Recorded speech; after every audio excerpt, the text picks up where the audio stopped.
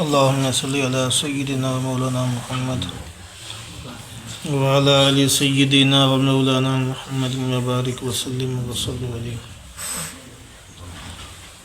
سورۃ البقرہ آیت نمبر 111، یہاں سے پڑھیں گے ہم۔ اعوذ باللہ من الشیطان الرجیم، بسم اللہ الرحمن الرحیم۔ وَقَالُوا لَن يَدْخُلَ الْجَنَّةَ إِلَّا مَنْ كَانَ هُودًا أَوْ نَصَارَىٰ، اور کہتے ہیں کہ ہرگز نہ جائیں گے جنت میں مگر جو ہوں گے یہودی یا نصرانی۔ تِلْكَ أَمَانِيُّهُمْ، یہ آرزویں باندھ لی ہیں انہوں نے۔ قُلْ هَاتُوا بُرْهَانَكُمْ، اے نبی آپ فرما دیجئے ان سے کہ لاؤ کوئی دلیل، ان کنتم صادقین، اگر تم سچے ہو تو، اگر تم سچے ہو تو کوئی اس بات کے اوپر سند لے کر آؤ۔ بلا کیوں نہیں، من اسلم وجہہ للہ، جس نے تابع کر دیا اپنا منہ اللہ کے، وَهُوَ مُحْسِنٌ، اور وہ نیک کام کرنے والا ہے، فَلَهُ أَجْرُهُ عِنْدَ رَبِّهِ، تو اس کے لیے ہے ثواب اس کا اپنے رب کے پاس، وَلَا خَوْفٌ عَلَيْهِمْ وَلَا هُمْ يَحْزَنُونَ، اور نہ ڈر ہے ان پر اور نہ وہ غمگین ہوں گے۔ وَقَالَتِ الْيَهُودُ لَيْسَتِ النَّصَارَىٰ عَلَىٰ شَيْءٍ، اور یہود تو کہتے ہیں کہ نصارہ نہیں کسی راہ پر۔ وَقَالَتِ النَّصَارَىٰ لَيْسَتِ الْيَهُودُ عَلَىٰ شَيْءٍ، اور نصارہ کہتے ہیں کہ یہود نہیں کسی شے پر۔ وَهُمْ يَتْلُونَ الْكِتَابَ، باوجود یہ کہ وہ سب کیا پڑھتے ہیں، کتاب پڑھتے ہیں، تورات اور انجیل۔ كَذَلِكَ قَالَ الَّذِينَ، اسی طرح کہا ان لوگوں نے، لا يعلمون مثل قولهم، جو جانتے نہیں تھے، یعنی جاہل، لا يعلمون جو جاہل تھے، مثل قولهم انہی کسی بات۔ فاللہ یحکم بینہم یوم القیامہ، اب اللہ حکم کرے گا، فیصلہ کرے گا، بینہم ان کے درمیان، یوم القیامہ قیامت کے دن، فیما کانوا فیہ یختلفون، جس بات میں جھگڑتے تھے۔ ان آیات کے اندر یہود و نصارہ کی آپس کے اندر دو اختلافات ہیں، دشمنی ہیں، ان کا تذکرہ کیا گیا ہے۔ تو یہودی یہ کہتے تھے کہ ہم جنت میں جائیں گے، نصارہ یہ کہتے تھے کہ ہم جنت میں جائیں گے۔ آگے یہاں یہ لکھا ہوا ہے، جب وہ بات کرتے ہیں، اللہ پاک فرماتے ہیں کہ یہ انہوں نے اپنی امیدیں باندھ لی ہیں، آرزویں باندھ لی ہیں۔ اے نبی ان سے فرما دیجئے کہ اگر تم اس بات میں سچے ہو نا کہ ہم ہی جنت میں جائیں گے، دوسرے جنت میں نہیں جائیں گے، یہودی ہو یا نصرانی ہو، تو کوئی دلیل ہے تو وہ لے کر آؤ، کچھ سند ہے تو وہ، اگر تم سچے ہو تو، ٹھیک ہے نا۔ بلا کیوں نہیں، من اسلم وجہہ للہ، جس نے تابع کر دیا اپنا منہ اللہ کے، وَهُوَ مُحْسِنٌ، تیرا حالانکہ وہ نیک کام کرنے والا ہے۔ دو چیزیں ہیں، من اسلم وجہہ للہ ایک، وَهُوَ مُحْسِنٌ، اور وہ کیا ہے، نیک کام کرنے والا ہے۔ فَلَهُ أَجْرُهُ عِنْدَ رَبِّهِ، تو اس کے لیے اس کے رب کے پاس کیا ہے، اجر ہے۔ وَلَا خَوْفٌ عَلَيْهِمْ وَلَا هُمْ يَحْزَنُونَ، نہ ڈر ہے ان پر اور نہ وہ غمگین ہوں گے۔ یہ آگے اگلی آیت کے اندر وَهُمْ يَتْلُونَ الْكِتَابَ، حالانکہ وہ کیا پڑھتے ہیں، کتاب پڑھتے ہیں۔ یہودی جو حضرت موسیٰ علیہ السلام پر ایمان لے کر آئے، اور موسیٰ علیہ السلام پر ایمان لانا وہ اسلام تھا، وہ مسلمان ہوئے، اور جو حضرت عیسیٰ علیہ السلام پر ایمان لائے، ان کی کتاب انجیل کو مانا، وہ کیا ٹھہرے، مسلمان ٹھہرے۔ اسی وجہ سے اللہ تعالیٰ نے فرمایا کہ ہیں تو دونوں کتاب پڑھتے ہیں، لیکن اختلاف کیوں ہے کہ صرف نام کے یہودی رہ گئے، نام کے نصرانی رہ گئے، اپنے دین کو اپنی لسانیت، قومیت میں تبدیل کر دیا، ٹھیک ہے نا۔ جو نصارہ کے جس قبیلے کے گھر میں پیدا ہو گیا وہ اسی قبیلے کا بندہ بن گیا، جو نصرانی میں جو یہودیت میں پیدا ہو گیا وہ یہودی بن گیا، ٹھیک ہے نا۔ اصل عقائد کیا ہیں، اصل نظریات کیا ہیں، اصل اعمال کیا ہیں، اس سے کوئی سب غافل تھے۔ تو اس لیے ہر کسی نے اپنا اپنا دین بنا لیا، اپنا طریقہ اختیار کر لیا، اور فرمایا جو اس طریقے پہ چلے گا وہی جنت میں جائے گا، اور جو اس طریقے پر نہیں آئے گا وہ کہاں جائے گا؟ جہنم میں جائے گا۔ جب ہر کسی نے، ٹھیک ہے نا، اپنا اپنا طریقہ اختیار کر لیا تو اس سے جو بت پرست تھے، مشرکین تھے، انہوں نے ایک راستہ نکال لیا کہ بت پرستی بھی جائز ہے، لہذا جو بت پرستی کرے گا وہ جنت میں جائے گا، باقی کوئی، یہ نا کذالک قال الذین لا یعلمون، اسی طرح کہا ان لوگوں نے جو جاہل تھے، جانتے نہیں تھے، مثل قولہم، ان کی مثل، ان کی دیکھا دیکھی انہوں نے بھی کیا کرنا شروع کر دی؟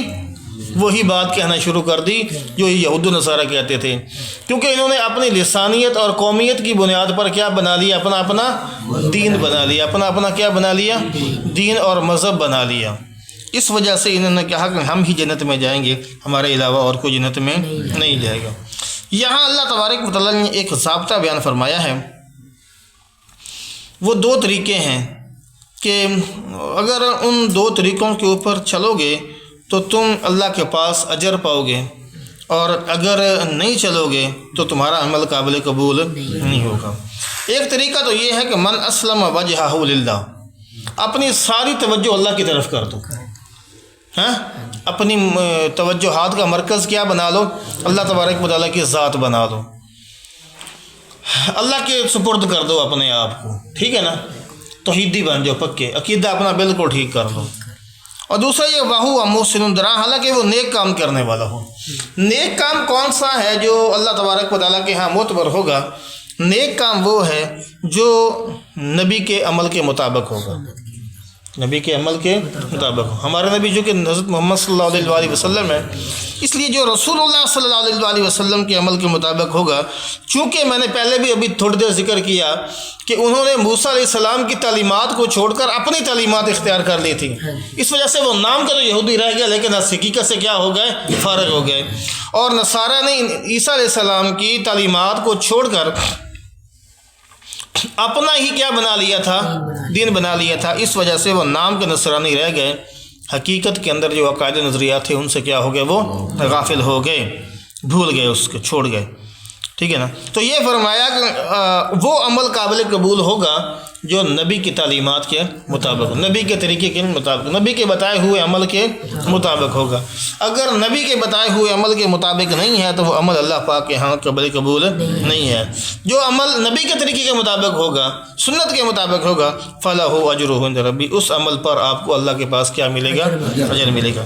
اور جو یہ عمل کریں گے، یعنی نبی کے طریقے کے مطابق زندگی گزاریں گے، اللہ سے ڈریں گے، اپنے آپ کو اللہ کے سپرد کر دیں گے، وَلَا خَوْفٌ عَلَيْهِمْ وَلَا هُمْ يَحْزَنُونَ، نہ ان پر کوئی خوف ہے اور نہ وہ کیا کریں گے؟ غمگین ہوں گے۔ سمجھ آئی کہ نہیں ہے؟ وقالت اليہود لیست النصارى علی شیء، یہود تو کہتے ہیں کہ نصارہ کوئی چیز نہیں، کسی راہ پر، ہدایت پر نہیں۔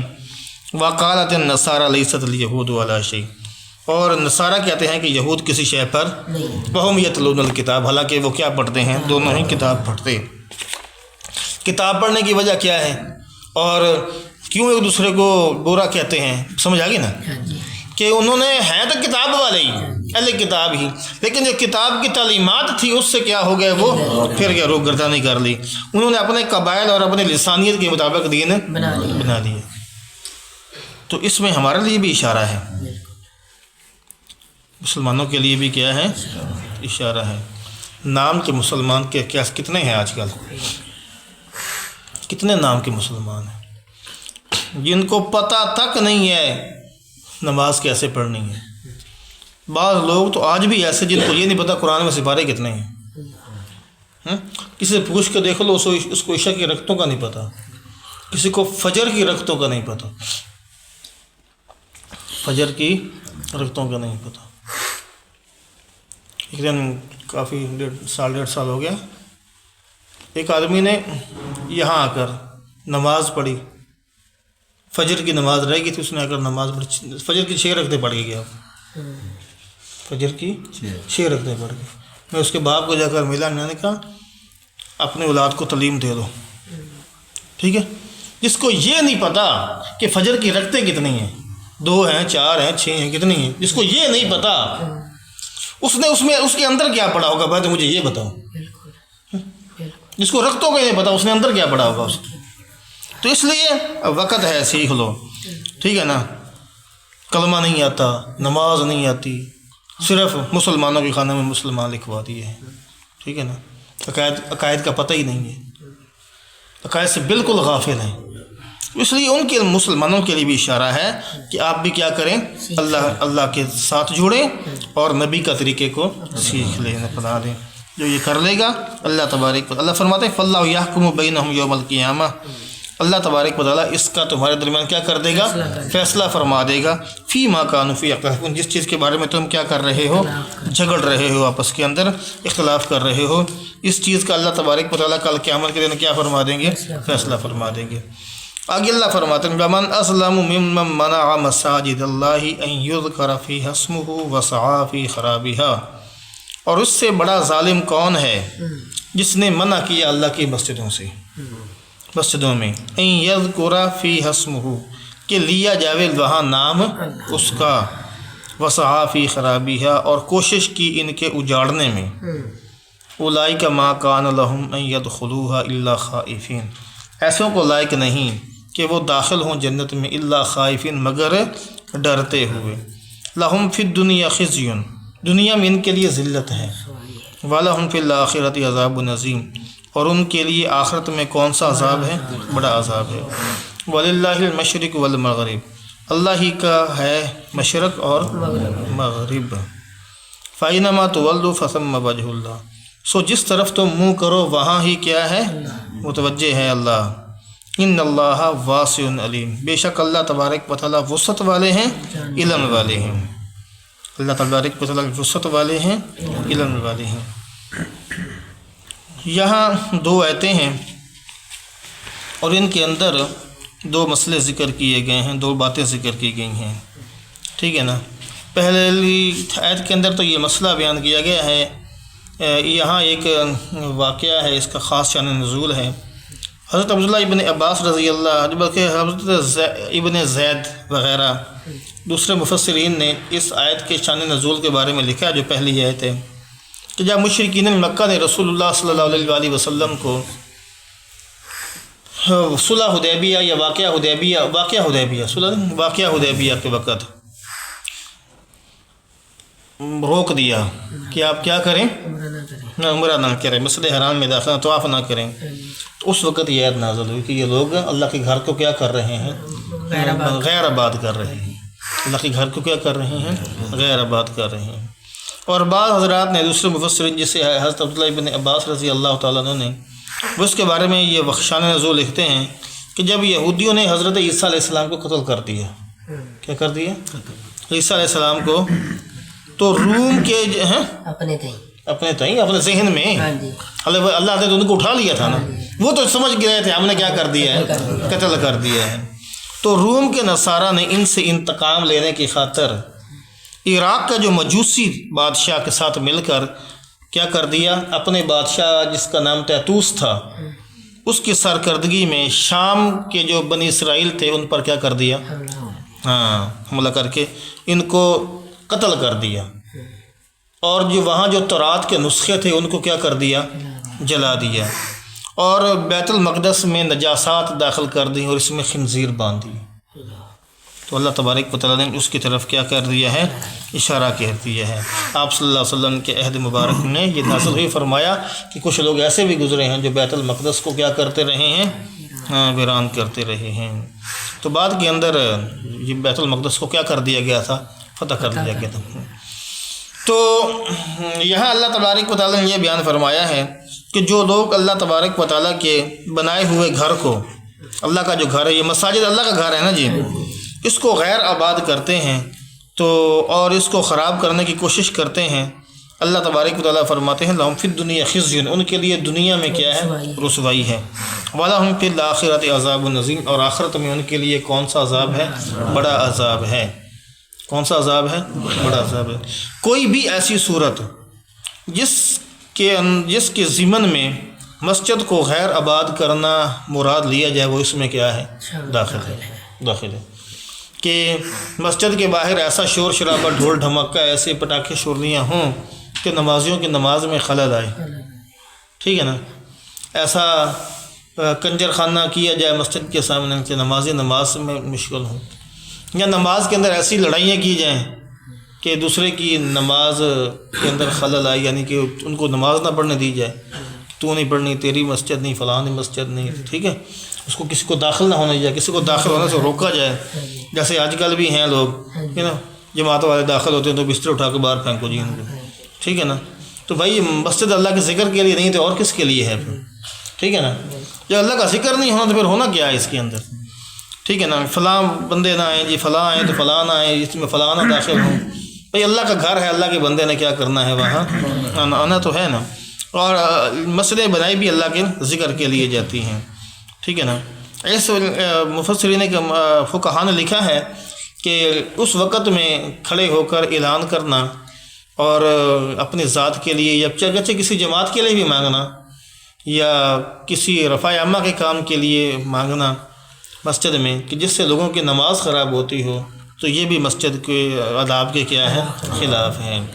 ایسا شور و شغب کرنا جس سے نمازیوں کی نماز خراب ہوتی ہو وہ بھی خراب ہے۔ ایسا ذکر اذکار کرنا جس سے لوگوں کی نمازیں خراب ہوتی ہیں، یہ ذکر بھی کرنا منع ہے۔ ایسا ذکر کرنا کہ جس سے لوگوں کی نمازیں خراب ہوتی ہیں، ایسا ذکر کرنا بھی کیا ہے؟ منع ہے، وہ بھی کیا ہے؟ آداب کے خلاف ہے۔ تو اللہ تعالیٰ فرماتے ہیں کہ جو لوگ مسجد کی آبادی کو خراب کرتے ہیں، ویرانہ لاتے ہیں، ان کے لیے کیا ہے؟ رسوائی ہے، اور آخرت میں ان کے لیے بڑا عذاب ہے۔ مسجد اللہ کا گھر ہے، اس کے بارے میں کیا کرنا چاہیے؟ ڈرنا چاہیے، احتیاط کا معاملہ کرنا چاہیے کہ ہم مسجد کے اندر شور و شغب کر کے کیا مسجد کی کے آداب کی خلاف ورزی تو نہیں کر رہے، نمازیوں کو پریشان تو نہیں کر رہے، اللہ کی ذکر کرنے والوں کو تکلیف تو نہیں پہنچا رہے۔ اگلی آیت وَلِلَّهِ الْمَشْرِقُ وَالْمَغْرِبُ، اللہ کے نبی صلی اللہ علیہ وآلہ وسلم روایات میں آتا ہے کہ جب کیا کرنے لگے، ان کو تحویل قبلہ ہوا تو یہودیوں نے اعتراض کیا کہ یہ کیسا دین ہے کہ اس میں کبھی اس طرف منہ کر کے نماز پڑھ لو، کبھی اس طرف منہ کر کے نماز پڑھ لو۔ تو اللہ کے نبی صلی اللہ علیہ وسلم پر یہ آیت نازل ہوئی، اللہ تعالیٰ نے فرمایا وَلِلَّهِ الْمَشْرِقُ وَالْمَغْرِبُ، مشرق بھی اللہ کا اور مغرب بھی اللہ کا، فَأَيْنَمَا تُوَلُّوا فَثَمَّ وَجْهُ اللَّهِ، سو تم جس طرف بھی منہ کرو گے وہ توجہ اللہ ہی کی طرف ہوگی۔ بعض روایت میں یہ بھی آتا ہے کہ اللہ کے نبی صلی اللہ علیہ وسلم جب ہجرت کر کے گئے تو ابتداً 16 یا 17 مہینے تک کیا پڑھنی پڑی؟ بیت المقدس کی طرف منہ کر کے نماز پڑھنی پڑی۔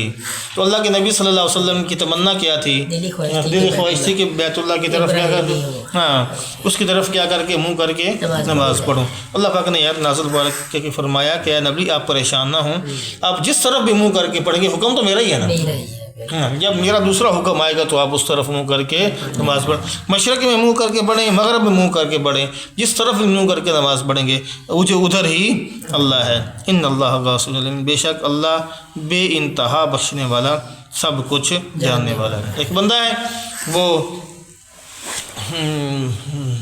سفر میں ہے یا کسی ایسی جگہ ہے کہ اس کو کوئی بتلانے والا نہیں ہے کہ تیرا قبلہ کس طرف ہے، تو وہ کیا کرے؟ ہے بھی اکیلا، کوئی بتانے والا نہیں، قبلے کا پتہ نہیں چل رہا قبلہ ہے کس طرف، تو پھر کیا کرے؟ پھر تحری کرے، وہ کیا کرے؟ سوچے قبلہ کس طرف ہو سکتا ہے، کس طرف اندازن کس طرف ہو سکتا ہے۔ ہاں اس کا ذہن بن جائے کہ نہیں قبلہ تو ہے یہاں سے مشرق کی طرف یا جنوب کی طرف ہے، اس کا ذہن میں آ گیا کہ ہو سکتا ہے اس طرف غالب گمان ہے، اس نے اس طرف منہ کر کے نماز پڑھ لی۔ کیا کرتے ہو بعد میں اگرچہ کوئی آ کے اس کو بتا بھی دے، نہیں بھائی قبلہ آپ نے یہاں جس طرف منہ کیا ہے یہ جنوب ہے، آپ کا قبلہ مغرب کی جانب ہے، مغرب اس جانب ہے، اس جانب ہے، اس جانب ہے، بتلا دے اس کو اس طرح جانب مغرب ہے، ٹھیک ہے نا، تو آپ اس طرف قبلے کی طرف منہ کر کے نماز پڑھیں، تو اس کو لوٹانے کی ضرورت نہیں ہے، اس کی نماز فَأَيْنَمَا تُوَلُّوا فَثَمَّ وَجْهُ اللَّهِ، ٹھیک ہے نا۔ کچھ لوگ جا رہے تھے سفر کے اندر، ان کا قبلہ مشتبہ ہو گیا، اب یہ اجتہاد کے اب ان کا اختلاف ہو گیا، ایک کہتا ہے کہ قبلہ مشرق کی جانب ہے، ایک کہتا ہے کہ قبلہ مغرب کی جانب، یہاں سے اس طرف منہ ہے، ایک کہتا ہے شمال کی جانب ہے، ایک کہتا ہے جنوب کی جانب ہے، یا کچھ کہتے ہیں اس جانب ہے. تو اب کیا کریں؟ اتفاق کسی کے اوپر بھی نہیں ہو رہا، تو جس کا ذہن جس طرف جاتا ہے اس طرف منہ کر کے وہ کیا کر لے؟ نماز پڑھ لے. سب کی نماز اللہ پاک قبول فرما دیں گے، کیونکہ مشتبہ ہے نا، تو ان کا جس طرف ذہن گمان گیا وہ اجتہاد کریں، تحری کریں، جس طرف ان کا ذہن جاتا ہے اس طرف کر کے وہ نماز پڑھ لیں. ان اللہ واسع علیم، اللہ بے انتہا بخشنے والا، بہت زیادہ جاننے والا ہے. اللہ ملک کی توفیق.